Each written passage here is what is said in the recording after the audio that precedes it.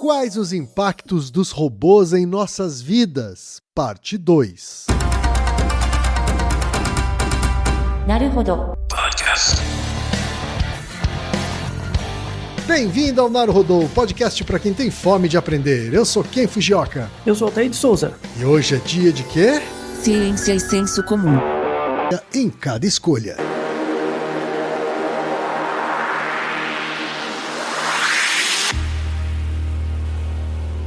Ilustríssimo ouvinte, este recado especial é dos nossos amigos do podcast Alô Ciência, que está com uma nova temporada no ar. Com a série Nós na Evolução, você vai acompanhar como nós, seres humanos, interferimos na evolução das espécies. São 6 episódios que abordam temas que vão desde a domesticação dos cães, o surgimento da agricultura, a relação do ser humano com as extinções de mamíferos gigantes, até os dias de hoje, com a urbanização, as superbactérias e os impactos das mudanças climáticas. Há mais de 8 anos, o Alô Ciência traz discussões no formato de mesa redonda, conectando ciência à sociedade, cultura e política. Mas, nesta nova temporada, a proposta deles é diferente.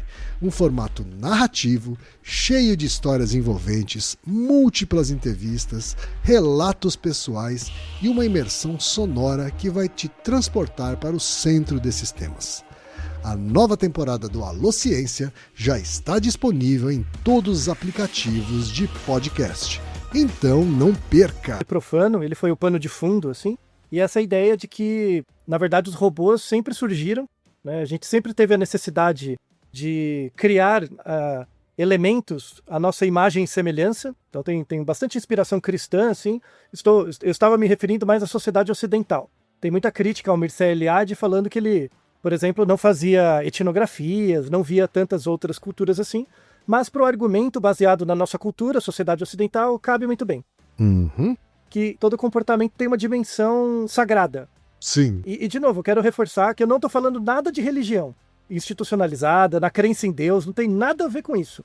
Certo. Mas todo comportamento no mundo tem um componente real, concreto, né, que seria o profano, mas tem uma coisa desconectada do tempo, que seria o sagrado, que reflete a nossa existência, a sede do ser, a angústia da falta de sentido que as pessoas têm, né, e a insatisfação pela nossa condição humana atual. Tá certo. E daí a importância dos mitos. Uhum. Os mitos possuem uma expressão de uma ontologia, né? E o robô, muitas vezes, ele é a expressão dessa ontologia, desse glossário de informações que a gente quer transmitir para a realidade. Uhum. Então, tem essa dimensão importante, assim, que infelizmente é desconsiderada pelo pessoal da tecnologia, que muitas vezes os robôs são criados não só para atender demandas do mercado, mas também demandas culturais. Então, por que todos os robôs têm uma carinha de um bichinho?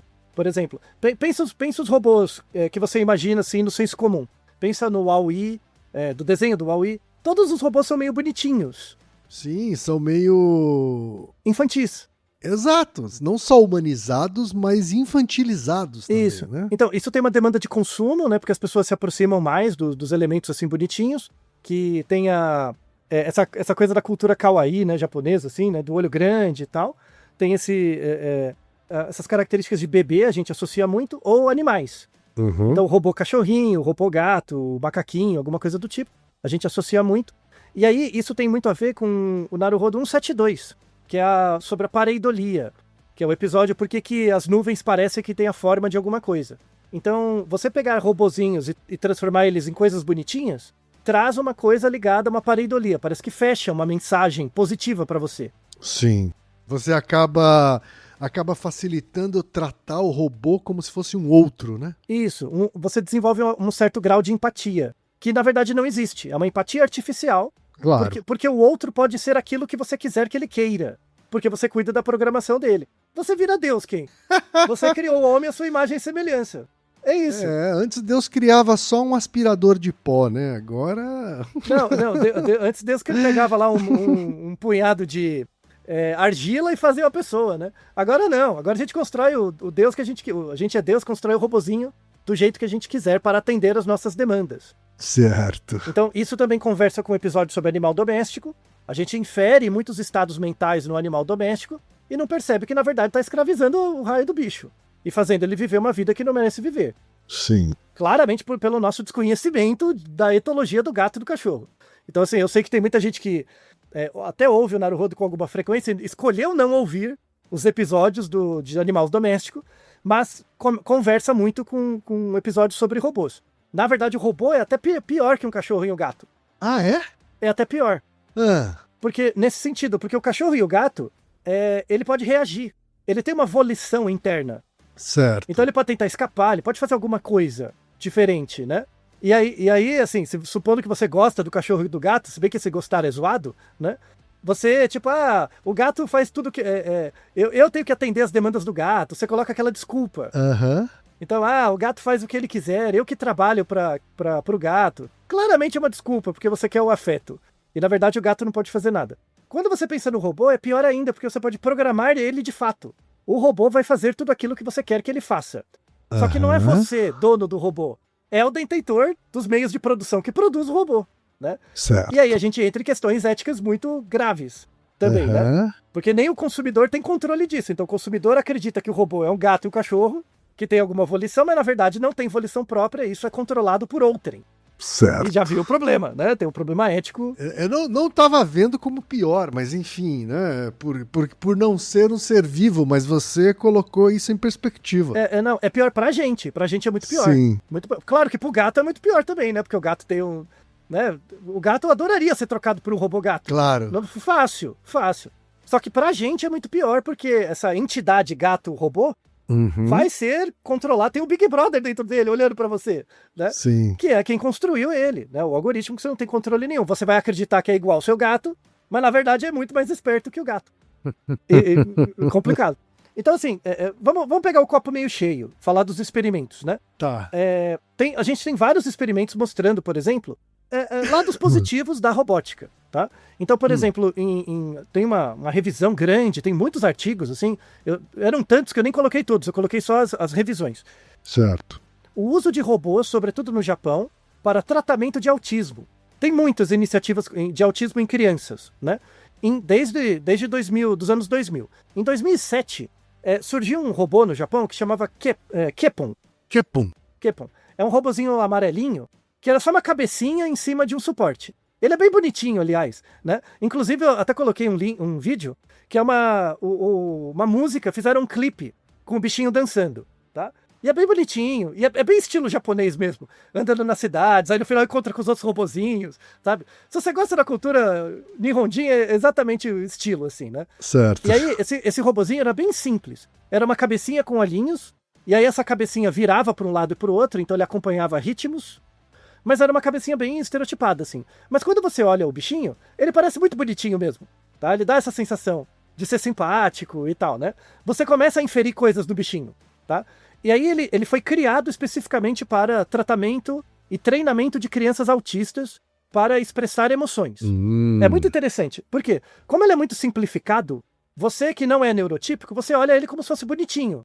Mas vai ter um Naruhodo mais pra frente sobre autismo, que é uma treta nervosa também, por isso tá demorando, né? Mas assim, a gente tem características, etiologias muito bem definidas do que é o autismo quando ele é mais grave. Conforme a coisa vai ficando mais difusa, se estabelece a treva. Então, assim, a gente tem características muito próprias do autismo. A primeira delas é uma dificuldade do indivíduo de filtrar informações. E aí tem um Naruhodo que é o 230, que é por que quando você olha para uma pessoa, ela olha de volta. Sabe aquela sensação? Nesse episódio, eu gosto desse episódio particularmente, o 230. Sabe quando você tá, tipo, na rua, e aí você para no lugar, você olha para uma pessoa que tá de lado para você. Tá. De repente a pessoa vira e olha para você. Já aconteceu? Aí você fica sem graça? Sim, Você claro. tá prestando atenção em alguém, aí de repente a pessoa vira para você, parece que ela repara. Então, o que acontece? Parece que tem uma informação, assim, você tá olhando pra pessoa, isso transmite informações pra pessoa. Só que ela não repara conscientemente. Só que quanto mais você vai olhando pra ela, vai aumentando o limiar de informações. Chega uma hora que ela repara, aí ela vira, como se fosse um reflexo. Mas não é intencional. O autista clássico, assim, ele tem problema com isso. Certo. Toda informação é muita informação. Então, por exemplo, que a gente tá gravando o Naruhodo, a gente tá... Esse Naruhodo a gente não está gravando ao vivo, um de frente pro outro, a gente grava virtualmente. Eu vejo você, você me vê, A gente grava com vídeo aberto. A gente podia gravar com vídeo fechado, mas a gente grava com vídeo aberto. Isso. Isso acrescenta uma camada extra de informação, porque eu vejo você, eu vejo seus gestos Sem e dúvida. tudo mais, tá? Talvez, se eu fosse um autismo com um grau de funcionamento mais comprometido, talvez eu não conseguisse olhar pra você e falar e pensar ao mesmo tempo. Eu precisaria desligar a câmera, porque tem muito estímulo competindo. Eu não tenho esse filtro tão bem estabelecido. Então, crianças autistas que têm um grau de suporte mais elevado têm muita dificuldade de interação exatamente por isso, porque o mundo tem muitos estímulos. E o Certo. cérebro delas não filtra muito bem. Então, daí os movimentos estereotipados algumas vezes e tal. Daí, às vezes, a criança chora e ela só quer ficar quieta num canto pra dar uma filtrada, né? Uhum. E aí tem toda uma gama de consequências com base nisso. Daí a importância de que com crianças pequenas, quando você detecta já o autismo, você fazer treinamentos de habilidades sociais. Tem que treinar. Sim. Então, assim, não é inescapável. Muito pelo contrário. Se você começa cedo, a criança melhora muito. Uhum. E aí, no Japão, tem esses robozinhos que a criança interage com o robô. Ela interage muito melhor do que com você. Porque você tem muito mais estímulos. Sim. O robô, ele tem poucos traços, uma cor só. Isso, ele é simplificado. Os movimentos são mais bruscos. Certo. E aí é um ótimo treino assim, de interação. Os artigos que eles mostram aqui, as crianças interagem bastante com os robozinhos. Uhum. E vai aumentando ao longo do tempo a interação com humanos. Certo. Também. Vai melhorando a qualidade. Muito legal. Muito. Então você aprende pistas sociais mais simples. E aí, assim, esse robozinho, ele é para casos de autismo mais grave. Uhum. Um comprometimento maior da qualidade de vida e tal, né? Então, o robozinho, ele demonstra alegria, tristeza, demonstra um grau de excitação, medo e a direção do olhar. Então, ele para onde ele tá olhando, a criança também olha. Uhum. Muito legal. É uma ótima aplicação, fantástico, não tem nada do que reclamar Verdade. em relação a isso, né? Assim, então, a literatura é vasta do uso de robôs, tanto humanoides, né, como o Kipo, mas também bichinhos, cachorrinhos e gatinhos para crianças com autismo, né? Uhum. E outra frente é exatamente o contrário. Tem uma linha de pesquisa grande também com uso de robôs para idosos. E aí, sobretudo, Tá. em casos de demência, né? Então a gente tem, no outro espectro, né? Para pessoas que vivem em asilos ou até mesmo em casa, mas têm um grau de demência mais avançado, sobretudo Alzheimer, muitas vezes você interagir com o robô melhora a qualidade de vida, melhora a satisfação das pessoas e tal, né?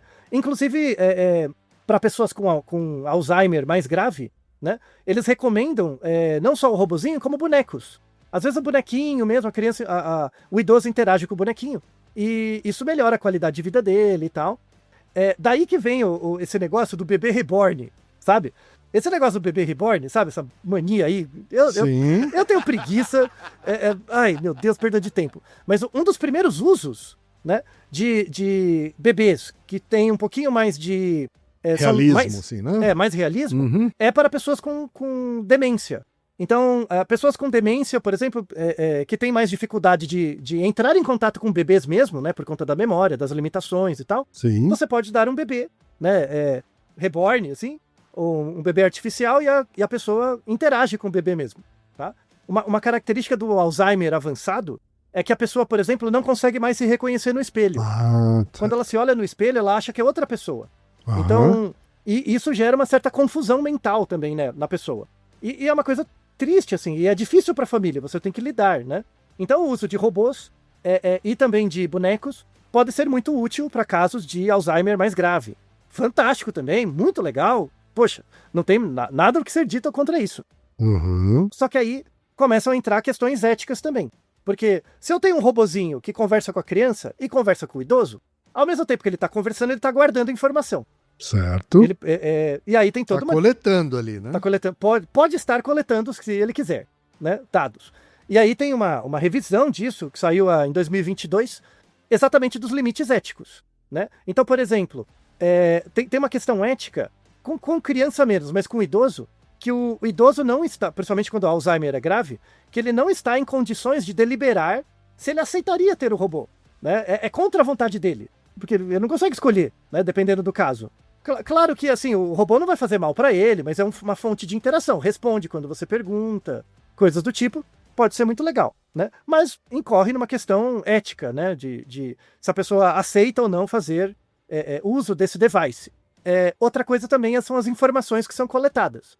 Dependendo do que é dito, você pode coletar informações sensíveis. Não só do sujeito, como da família. Certo. Aí, outros usos de robôs que são úteis agora para adultos. A gente falou das crianças, falou dos idosos, aí para adultos, né? Em várias situações, robôs podem ser úteis para facilitar a interação social. Então tem experimentos muito legais, que é experimentos com jogos, tá?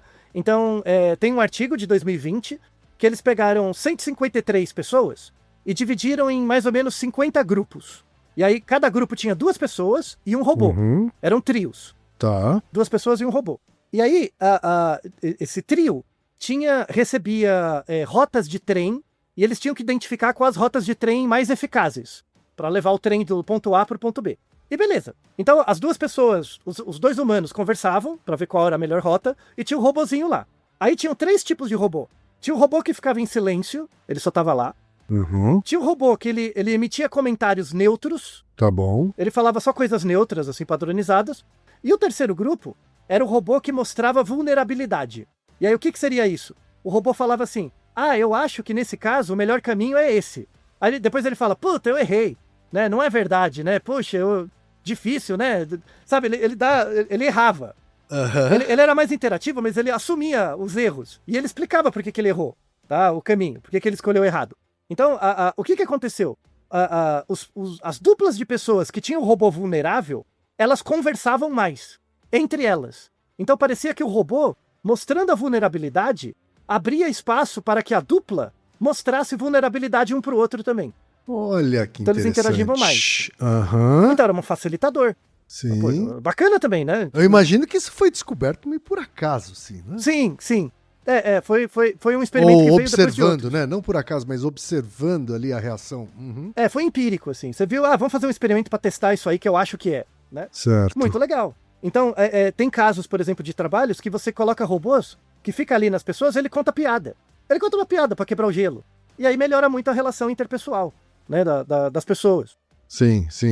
Então você muda a dinâmica de grupos pela influência do robô, tá? E é interessante que as pessoas não reparam isso também. Uhum. Por exemplo, falando de causa mais material, assim, né? O uso de robôs pode melhorar a sua saúde? A gente tem evidência com idosos. Com os idosos, quando você coloca um robozinho a partir de 9 horas por dia ou mais, dentro do asilo e tal, quando o robô está disponível por mais de 9 horas por dia, você tem uma melhora dos parâmetros ligados ao estresse do idoso, tá? Então, você tem efeito até em dados bioquímicos e tal, né? Por meio de testes de urina, você vê que os idosos ficam menos estressados quando tem um robozinho lá disponível para ele conversar. Certo. É interessante. Muito. E aí um outro dado com adultos é quando você tem robôs que roubam. O robô te engana. Então, eles fizeram experimento, era meio sacanagem esse experimento. Eles fizeram experimento de Joaquim Pô. Sabe Joaquim Pô? Né? Sim. Pedra, papel, tesoura. O clássico. O clássico. E aí, adultos jogavam com o robô, né? Aí tinha a situação que, assim, às vezes você ganhava, às vezes você perdia do robô e tal. Mas aí, a partir de um certo momento, o robô trapaceava. Então, por exemplo, você coloca pedra, o robô coloca tesoura. Então o robô perdeu. Sim. Mas ele fala, ganhei. Ele mete o louco. Rouba no placar ainda. Né? E aí a pessoa fica puta, sabe? Assim, como assim, né? E é muito engraçado no artigo. Porque as pessoas, como assim eu perdi? Você tá louco? Né? A pessoa começava a inferir estado mental do robô. Sabe? Começava a xingar o robô e tal. E aumentava a interação. Então, e aí essa é uma parte ética pesada, assim. Você ter robôs que estimulam falsas mensagens ou até ofensa, né, às pessoas, aumenta o grau de conexão das pessoas com o robô. Elas interagem mais. Certo. O que seria esperado, por exemplo? Se a gente faz um jogo e você rouba, né? Eu brigo com você e vou embora. Né? Tipo, não quero mais brincar. Né? Mas o que eles viram é que com o robô, não. As pessoas continuavam tentando jogar com o robô. Interage mais. Tá. E esse é o aspecto ético mais grave. Por quê? Porque você pode fazer um troll robô pra te zoar na internet. Certo. Entendeu? Então, assim, boa parte, e aí a literatura é vasta e muito grave com isso, né? Que você pode terceirizar o trabalho do troll para o robô. Então tem robôs, inteligências que ficam na internet para zoar os outros, porque aumenta a interação. E se aumenta a interação, aumenta a sua exposição à propaganda. E vai aumentar sua probabilidade de compra. Olha que desgraça. Olha só onde é que a sacanagem acaba sendo aplicada, Altair. Ora, quem diria? Seus amigos, né? Seus amigos. Tá vendo? Que inferno, sabe? A gente chega nessa parte também, né? Então, é muito complicado. E aí, tem uma outra coisa também, que é uma discussão já mais moderna, também, que é o uso de inteligências artificiais para estabelecer relacionamentos. Certo. Ainda não chegou em casamento, mas não falta muito, né? Não duvido nada, tá? Também. Mas a gente já tem usos de interfaces em que as pessoas conversam. O que tem de GPT, de gente que usa o GPT para fazer terapia, não está escrito.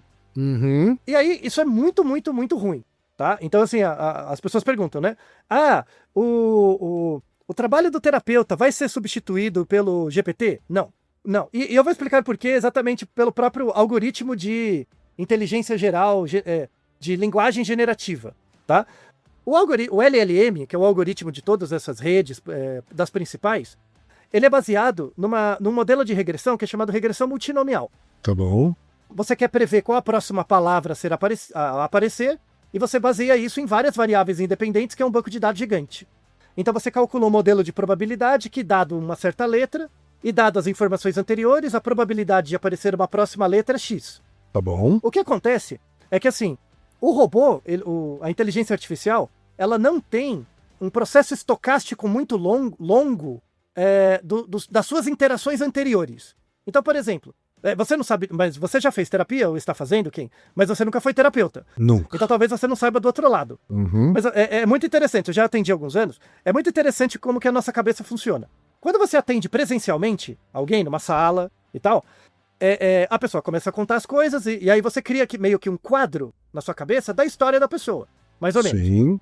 É muito interessante. Quando vocês saem da sala, imagina que é uma sessão de terapia fixa, tá? Numa sala presencial. Tá, perfeito. Quando você sai da sala, é como se você esquecesse. Eu esquecia. Eu não esquecia da pessoa, mas eu esquecia da história. Puf, é como se tivesse um botão, desligava. Certo. Na semana seguinte, quando você volta na sala, você entrou na sala com a pessoa, você lembrava de tudo de novo. Liga imediatamente. Imediatamente. E essa é a ideia do setting analítico. Porque, e aí tem a ver com o nosso Naruhodo sobre memória. Uhum. A memória, ela não está só dentro da sua cabeça, ela é uma construção do que você tem com o contexto. Sim. Daí a importância, isso a psicanálise manda bem, assim, que é a questão do setting analítico, do lugar da análise, tá? O lugar da análise não vale só para o paciente, porque é um lugar reservado e tal. Vale para o analista, para o terapeuta. Certo. É naquele lugar, né? Com aquela pessoa. Então a pessoa é um estímulo discriminativo para voltar aquelas memórias. E mas isso requer um treino, assim, ou... Requer treino. No começo você esquece várias coisas e tal, você até anota. Uhum. Mas depois, nossa, é um negócio muito, muito louco. Automático. É estético. É mais que automático, é estético. Nossa, isso é louco, É muito louco. Isso a inteligência artificial nunca vai replicar. Por quê? Porque quando você fala comigo, quando você me conta coisas, existe o enunciado. O enunciado é o texto do que você fala. Isso o GPT faz melhor que eu. Então, quando você fala com o GPT, ele tem todo o texto, ele tem todo o enunciado, né? Uhum. Mas ele não tem as enunciações. As enunciações são os diferentes sentidos produzidos a partir da sua fala. Certo. E o GPT, ele tem contato com você por uma forma unidimensional, que é ou o seu texto ou a sua fala. Ele não tem contato com as suas expressões não verbais. Por exemplo, ele não tem os seus tiques. Por exemplo, toda vez que você fala de um assunto, tem um tique, sabe? Ou você usa uma figura de linguagem específica para um certo tema. O computador não pega isso. Não pega. Isso são os enunciados, as enunciações. Uhum. Tanto é que eu, como psicólogo, eu carrego muito mais as enunciações do que o enunciado. O enunciado eu não lembro. O computador faz exatamente o contrário. Ele pega mais o enunciado e menos as enunciações. Só que o que vai gerar mudança clínica não é o enunciado, são as enunciações no tempo. Por quê? O que você repete? Você repete as enunciações e não o enunciado. Então você vai repetir o sentido das coisas em diferentes contextos. O computador só vai captar o contexto, não vai captar a enunciação. E aí ele falha, né? Então, tipo, você tá perdendo tempo. Sim. Tipo, você conversar com o GPT é como conversar com um amigo que não é interessado em você. Claro. É simples assim. Uhum. Tudo bem. Então, mas o GPT pode servir como algum tipo de suporte? Pode. Se for um chatbox curto. Por exemplo, uma coisa interessante é o CVV, Centro de Valorização da Vida, que é aquela coisa muito pontual, pode ter uma utilidade, tá? Mas é pontual, você não vai conseguir fazer um encaminhamento a partir dali. Então, para alguns serviços, algumas coisas que não são tratamento, uma coisa mais pontual, poxa, legal, pode ajudar bem, tá? Mas mais que isso, não vai. E de novo, a terapia carrega uma coisa, e aí volta de novo no Mircea Eliade. Carrega uma coisa de profano, que é o enunciado, mas tem o sagrado. O sagrado é a enunciação. É aquela coisa que e isso é a beleza da clínica, né? Que é quando você não fala nada, né? A própria pessoa repara, porque ela está num certo contexto com você, ela repara, poxa, isso que eu falei agora é muito parecido com o que eu falei há um mês atrás, num outro contexto. Aí dentro da sua cabeça, yes! Tá vendo, desgraçado? Ficou 1 ano esperando essa merda sair, né? É isso. É quando você fecha a Gestalt, né? Quando demora muito, às vezes você dá um gato, dá uma teteinha. Você joga um verde. Aí, às vezes, você joga o verde na clínica, a pessoa nem repara. Sabe quando você fala um negócio, parece que a pessoa passou batido? Fala, não tá na hora ainda. Não amadureceu. Aí você guarda. Entendi. E aí, vai ali. Esse é o jogo. Mas essa limitação que você tá colocando, ela diz respeito ao LLM. A todos os algoritmos de linguagem generativa. Que todos vão estar incluídos nos robôs. Então, dá na mesma. Mas você acha que a inteligência artificial vai chegar num patamar que já não é mais uma simulação de linguagem baseada em probabilidades? Por quê? E aí é exatamente no que eu dou, os cursos que eu dou na minha disciplina mais avançada, né? Porque computadores trabalham com sistemas, tá? E aí o sistema, ele é um objeto, né, baseado em atributos, que é ligado a um número, tá? Então, você tem um objeto, esse objeto... Eu quero estudar, por exemplo, depressão, tá? Depressão é um objeto. Eu vou ter que criar atributos desse objeto. Eu vou dar até um passo mais concreto. Por exemplo, imagina uma flor, tá? Uma flor. A flor está na natureza, então a flor tem a sua complexidade. Eu quero estudar a flor pelo ponto de vista dos sistemas. Então eu vou pegar a flor, eu vou decompor ela em atributos. Então, por exemplo, a flor tem uma cor branca, ela tem 50 centímetros e ela tem uma pétala circular. Então, eu não estou vendo mais a flor, eu estou vendo os atributos, tá? O que acontece quando você trabalha com sistemas? Você tem uma função que é injetora, mas não é sobrejetora. Lembra disso da sua matemática. Ou seja, ó, quando eu pego a flor, as flores têm tamanho, cor e forma. Sim. Mas se eu te falar, imagina um objeto que tem 50 centímetros, tem partes dela que são circulares e é branca. Você não vai lembrar da flor. Você não volta. Sim. Então, você tem a ida, mas não a volta. Certo. Então, quando você trabalha com sistemas, e aí você pega fenômenos e decompõe em variáveis para fazer análise estatística, depois, você tem que basear na ideia do número. Certo. E aí, para isso, acontece uma coisa. Você pega, na realidade, os eventos, coloca na reta real por meio de um número, o nome disso é variável aleatória, e aí da variável aleatória você faz conta. Soma, multiplica e tal. Só que, então, para te dar um exemplo até mais gritante disso, você tem uma idade, certo, Ken? Você tem uma idade. Sim. Você sabia que a sua idade não é um número? Ensinaram pra você que sua idade é um número, mas ela não é. Verdade. Você tem 53, né? Eu não lembro. 4. Então, por exemplo, eu posso pegar 2 pessoas com 54 anos. 2 pessoas, tá? Então eu pego você e uma outra pessoa, eu coloco vocês na reta real por meio de um número. Então a sua variável idade, pra vocês dois, é 54. Mas isso, na verdade, se eu pego 2 pessoas com 54 anos, vai voltar em vocês? Não necessariamente. Não. Né? Então, o que acontece? A sua idade é um evento. A sua idade é descrita pela teoria dos conjuntos. União, intersecção e complementar. Não é o mundo da álgebra que trabalha com a sua idade. Certo. Então, o que eu tenho que fazer? Quando eu penso em sistemas, eu vou pegar a sua idade, que é um evento, transformar num número, e aí eu perco a sua dimensão completa, e aí, só que esse número eu consigo somar, multiplicar, e aí eu faço conta. Certo. Então eu pego de você a sua idade, mas se eu tenho a sua idade, eu não volto em você. E é isso que vai acontecer com linguagem artificial. Qualquer coisa que trabalha com conceito de probabilidade, ou possibilidade, ou qualquer outro tipo de métrica que é baseado no número, vai ter essa dimensão da sua totalidade que não é captada. Certo. Tá? Então tudo que trabalha com sistemas. Então, com base em sistemas, dá para estudar vários fenômenos. Muitos. Aí eu fico 1 ano dando disciplina disso, explicando, dá um monte de coisa para fazer. Tá? Só que chega um ponto que aí entra a coisa de isomorfismo, que eu não vou explicar, mas chega um ponto que a gente esgotou os fenômenos. Não dá, tem fenômenos que não dá para usar número para expressar. Vou dar um exemplo. E aí, desculpa que o chá de cogumelo tá aqui, mas você que pediu, você que fez a pergunta, então agora toma. Tá? Manda. Então, tem um conceito da teoria das categorias, que é uma parte da matemática pura, que é muito legal. Você sabia que o único número que existe de verdade é o zero? O único. Nenhum número existe. Na realidade concreta, na natureza, o único número que existe é o zero. Nenhum outro número existe. Os outros números são uma recursão a partir do zero. Você que é computeiro, você lembra o que é recursão. Sim. Você tem um elemento, mais uma regra, e aí o elemento mais uma regra gera outro elemento. Que gera outro, que gera outro, que gera outro. Tá? Então, a analogia é assim. Imagina que o zero, o nada, o vazio, é uma bolinha. Eu vou pegar essa bolinha e colocar dentro de um saco. Aí, esse saco, eu vou dar um nome pro saco, vou colocar uma etiqueta. Certo. Essa etiqueta vai chamar 1. Então, o que é o 1? O 1 é um conjunto onde... É o nome do conjunto onde o zero está. Certo. É uma recursão a partir do zero. Tudo bem? Isso é 1. Tá. Aí eu pego o saco que tem o 1, o saco chamado 1 que tem o 0, coloco dentro de outro saco. E vou chamar o saco de 2. Então o 2 é o nome do conjunto que tem o 1, que é o nome do conjunto que tem o 0. Percebe? Certo. Aí eu vou pegar o saco que tem o 2 e colocar dentro de outro saco, que é o 3. Então o 3 é um saco que tem um saco que é o 2, que tem um saco que é 1, que tem o 0 dentro. Então o único elemento que existe é o 0. E agora vem a pergunta. Isso é da teoria das categorias. Os cardinais de von Neumann. Só que aí tem uma pergunta final. E se o fenômeno que eu estou estudando não tem zero? Ou zero não é absoluto, não é comum? Não dá para usar número.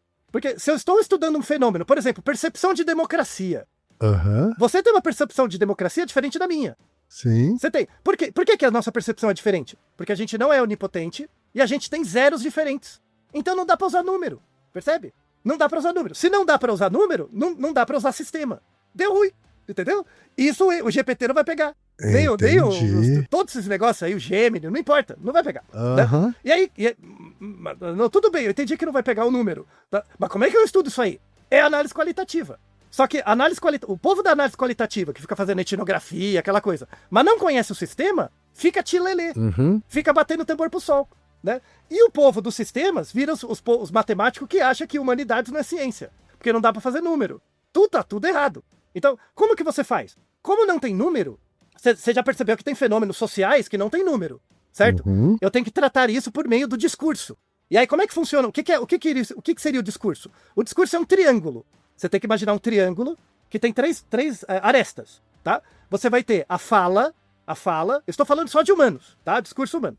Você vai ter a fala, você vai ter o sujeito e a ideologia. Então, imagine assim, fala é qualquer produção de som. Então, o bebê que fala Gugu Dadá é fala, tá? É fala. Então, imagine pensa a sua filha. Ela nasceu aglomerada de células. Era um monte de mitose lá, meiose, né? Nasceu no mundo. Quando o organismo nasce no mundo, ele nasce com certos inatismos. Um dos inatismos é a fala. Certo. É falar Gugu Dadá. Só que esse Gugu Dadá comunica com o mundo, né? E vai ter feedbacks do mundo. Então, conforme o organismo vai agindo no mundo, se desenvolve a língua. O que é a língua? A partir da aplicação da fala no mundo e o feedback do ambiente, a fala vira língua e o organismo se torna sujeito. Só que, ao mesmo tempo que você usa a fala para agir no ambiente e transformar em língua, essa língua é mediada por certas ideologias sociais. Que seria, na antropologia Lévi-Strauss, a gente chama de as três principais estruturas ideológicas, né? Que é a língua, religião e comida. Você não escolhe a língua que você fala, nem sua religião, nem sua comida. Vão te dando. Sim. Sua mãe vai te dando comida lá. Sua mãe vai te dando crença religiosa, comida e língua. Verdade. Né? E aí você pega o Gugu Dadá, vai transformar o Gugu Dadá em palavras, isso vai criar o sujeitinho dentro de você, e esse sujeito compra ideologia junto, percebe? E isso não precisa de zero, não precisa de número, olha que fantástico. Agora vê se o GPT faz isso. Não faz. Então eu espero ter justificado sua resposta agora. Tá certo. Você pegou? Você pegou então? Peguei. O problema, e aí é o problema ético, é assim, você percebeu que é um raciocínio bem elaborado. É uma treta nervosa. Eu juntei matemática pura, teoria das categorias, com os negócios de humanidades e tal. Você acha que... Pensa a população média. Você acha que eles vão ter acesso a esse tipo de discurso? Não vai, né? Então o que vai acontecer, né? As pessoas vão acreditar que o robô é uma pessoa mesmo. E esse que é o problema. Assim, a questão não é se o robô é capaz de tratar ou não. A questão é se eu me sinto tratado. E é por isso que as pessoas vão no guru, né? Vai no guru, no xamã, o que quer que seja, nas benzedeiras, né? Vai nos coaching, tal, dessas coisas. Por quê? Porque a pessoa acredita né, que o outro é um oráculo perfeito. Porque ela não entende o método de produção das evidências que o outro traz. Percebe? Então, o grande problema, a pergunta não é se o GPT é clinicamente eficaz. Não é isso. Mesmo que ele não seja, eu vou acreditar que ele é. Então ele tem um grauzinho de eficácia. Por causa da minha ignorância intelectual do bagulho. Percebe? E ele vai virar igual o jogador de búzio. Claro. Sim. Percebe? Ele vai virar igual o Bet, igual o Tigrinho, igual todas essas coisas, igual o pastor evangélico, fica roubando dinheiro das pessoas. Sim. Percebe? Então, você percebe que a questão não é a eficácia? Uhum. É o que você acredita do bagulho, é o seu grau de entendimento do método. E é por isso que a gente tá lascado. Claro. Entende? Uhum. Então, assim, esses 2 episódios, eles são complexos, né? Mostra vários graus e tal, mas isso está inacessível à esmagadora maioria das pessoas. Uhum. Então, assim, qual que é a grande questão? Que aí envolve um discurso ideológico mesmo, né? Como a gente falou no episódio anterior, hoje o commodity mais importante não são os dados, é o comportamento, porque eu já tenho muitos dados para criar os algoritmos. O que eu preciso são dessas coisas que não tem zero absoluto. Então o que eu vou fazer? Colocar o robô na sua casa. Porque aí eu consigo coletar comportamento. Isso, mas você vai coletar, por exemplo, eu posso colocar o robô que vê com eye tracker, posso colocar o robô com percepção de temperatura, que ainda são medidas com zero absoluto. Ainda é ligado ao sistema. Vai dar uma melhorada. Mas já são bem mais sofisticados do que simplesmente contar clique, né? Isso, já vai aumentar a IPO legal do stakeholder, tá? Então, assim, o direcionamento atual, né, dessas tecnologias não é para implementar um GPT melhor, tá? Assim, porque dentro da área dos LLMs tem ainda muito ganho instrumental. Dá para melhorar o algoritmo, otimizar várias coisinhas ainda. Sim, como já tá melhorando todo dia. Isso, e tem várias soluções legais, assim, úteis para aplicação, mas essa coisa de inteligência geral, a bobagem, não, sabe? Uhum. Não, é um misticismo louco, nada a ver, tá? A gente não vai chegar nisso, não com base nessa estatística, tá? Que é uma estatística até, pensando como estatística, é até bem antiquada, Uhum. tá? Você só precisa de muita carga, muita força bruta. E é por isso que o gargalo dessas inteligências artificiais é a energia. Porque a otimização é muito baixa, né? Então, é muita energia que você gasta, vai bater no gargalo da energia, tá? Certo. Mesmo. Onde que é o direcionamento agora das tecnologias? Para a robótica. Para pegar esses algoritmos e colocar no robozinho e colocar dentro da sua casa para coletar mais dado. Uhum. Aí, nossa, tá? Mas, pensando, por exemplo, se você for pensar na clínica psicológica, a clínica tá livre. Uhum. Tá? O que não está livre é a questão de social. Então, pode acontecer que a clínica psicológica vire uma coisa de boutique. Certo. Por quê? Porque as pessoas vão estar presas nas suas crenças internas, nos seus xamanismos pessoais, né? Vai abrir mão do sagrado e ficar só no profano do dia a dia. Uhum. E aí, para isso, qualquer robozinho, qualquer cachorrinho que fale alguma coisa já vale. Vai ser a versão pobre e barata, vamos dizer assim. Que vai alienar você. E vai ser para as pessoas mais ricas e que podem pagar um ser humano para fazer de fato uma psicoterapia, por exemplo. E aí é o conflito da psicoterapia, porque vai ser aquela coisa de dondoca. Isso, vai ser uma elitização total. Isso. Né? E aí vai ser a corrupção da própria terapia. Por quê? Porque a pessoa até melhora. Uhum. Mas ela vai melhorar pra quê? Pra perceber que ela é uma super pessoa privilegiada no meio de várias outras? Que ela também é presa? Ela também vai ser uma pessoa presa? Junto com as outras? Uhum. Né? Só que eu sou preso num castelo, sou preso numa casa de condomínio em forma de cubo com uma porta de 7 metros de altura. Rodeado de empregados. Eu estou reproduzindo o modelo dos cidadãos gregos. Verdade. A democracia grega é muito boa quando é rodeada de escravo. Né? Uhum. É ótimo, a gente vai estar voltando ao modelo grego de novo. E aí, qual que é a diversão do modelo grego? Abrir mão do cristianismo, eu vou começar a matar pessoas, né? E aí essas pessoas super privilegiadas nesse lugar com terapia, com um monte de coisa, vai estar pagando para jogar Call of Duty, o jogo de tiro, que na verdade não tá no videogame. Vai ser um drone numa guerra qualquer pra você ficar matando gente de verdade. Porque você nem se importa. Aí fomos longe, hein, Altair? Mas isso é uma realidade completamente possível e factível. Completamente possível. E quando você fala em robô, a gente tá falando em qualquer device que entra na nossa casa, né? Até uma geladeira. Pode ser, às vezes é uma coisa que, sei lá, que eu vou vestir. Isso. E que vai coletar coisas da minha biologia aqui, né? Isso, tudo isso.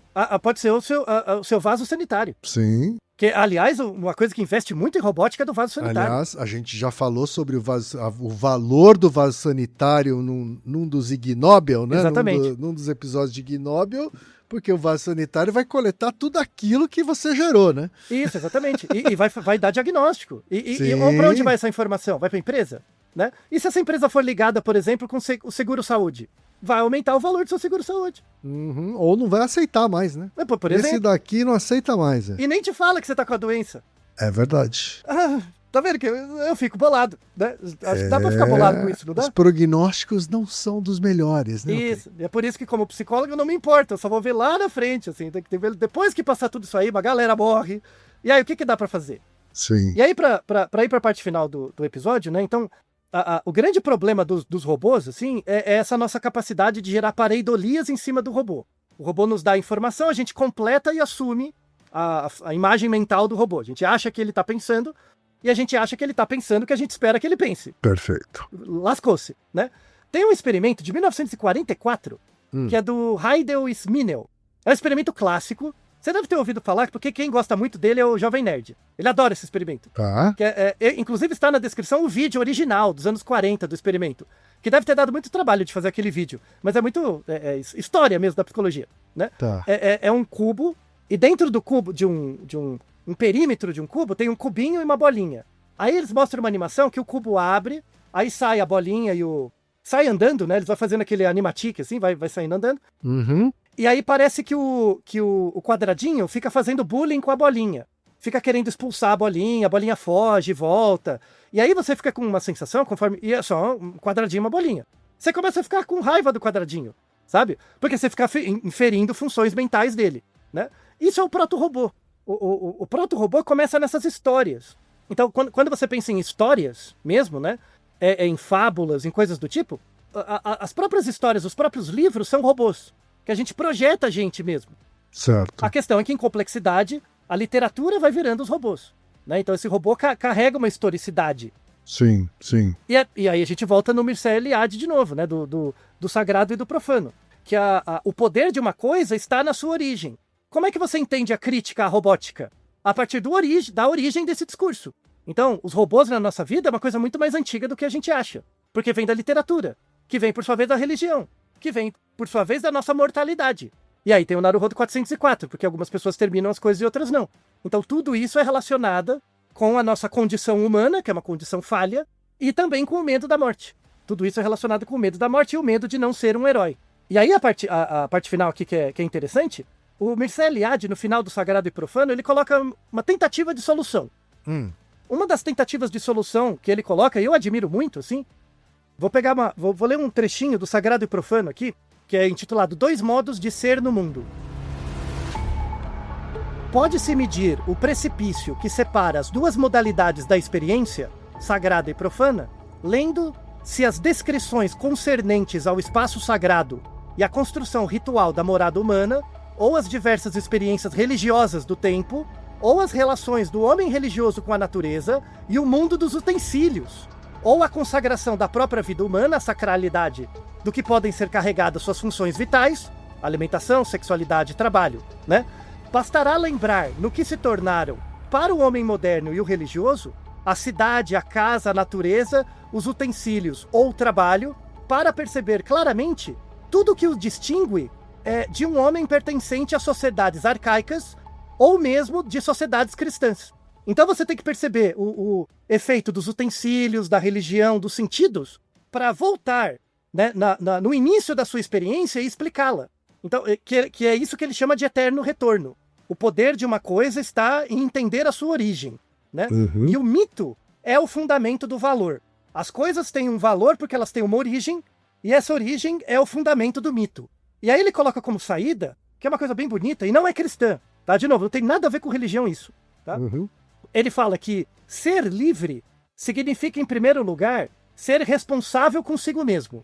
E aí, o que é ser responsável consigo mesmo? Não delegar os problemas que acontecem pra você para as outras coisas. Uhum. Né? Tipo, ser responsável consigo mesmo. E como que você é responsável consigo mesmo? Entendendo a sua origem. Entendendo as suas origens, os mitos que o circundam, essa questão dos sistemas e dos discursos, né? Você pode ter um robô em casa. Mas por quê? Uhum. Qual sentido? A gente mostrou os trabalhos, tem coisas muito úteis, né? Muito. Mas que tipo de robô? Como que tem que ser... que tipos de políticas públicas eu tenho que lutar para garantir que a construção desse robô seja de uma forma ética e razoável. Uhum. Então, isso é me preocupar comigo mesmo. É ter certeza que aquele robô tem validade em medir aquilo que eu quero que ele meça, né? E aí você tem que cobrar mesmo, então tem um papel de cidadão. E aí ele coloca que para você conseguir ser livre também, né? Além de ter responsabilidade consigo mesmo, o que você pode fazer com o outro? Ele fala, que é uma frase muito bonita, ele fala que só o amor liberta o homem de sua natureza e expulsa o animal e o demônio. Então a experiência de amar. Uhum. E a experiência de amar é exatamente isso que a gente fala no Naruhodo sobre rancor. Que é aquilo, quando eu gosto de você, Ken, e eu gosto de você. Quando eu gosto de você, e eu faço coisas por você, na verdade eu não tô fazendo por você, eu tô fazendo por mim. Então as minhas demonstrações de amor, na verdade são mostrações que eu tenho pra mim mesmo dos discursos que eu valoro. Certo. Do meu zero pessoal, do meu zero singular, que não é um sistema, entende? Uhum. Então você agir de forma amorosa não tem nada a ver com o cristianismo de fazer a quem sem olhar, fazer o bem sem olhar quem, não tem nada a ver com isso. É você, de fato, fazer o bem com o objetivo de perceber por que você está fazendo. Porque isso informa sobre você. Informa sobre a sua origem. O jeito como você gosta reflete os mitos que são o fundamento do seu valor individual.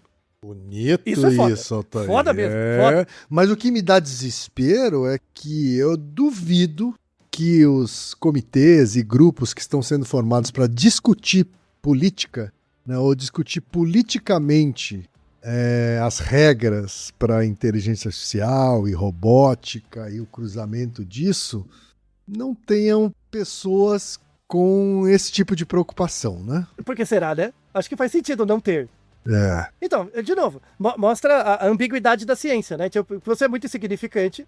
Tipo, de novo, esse episódio é uma garrafa solta no mar, vai bem longe. Vai bem longe.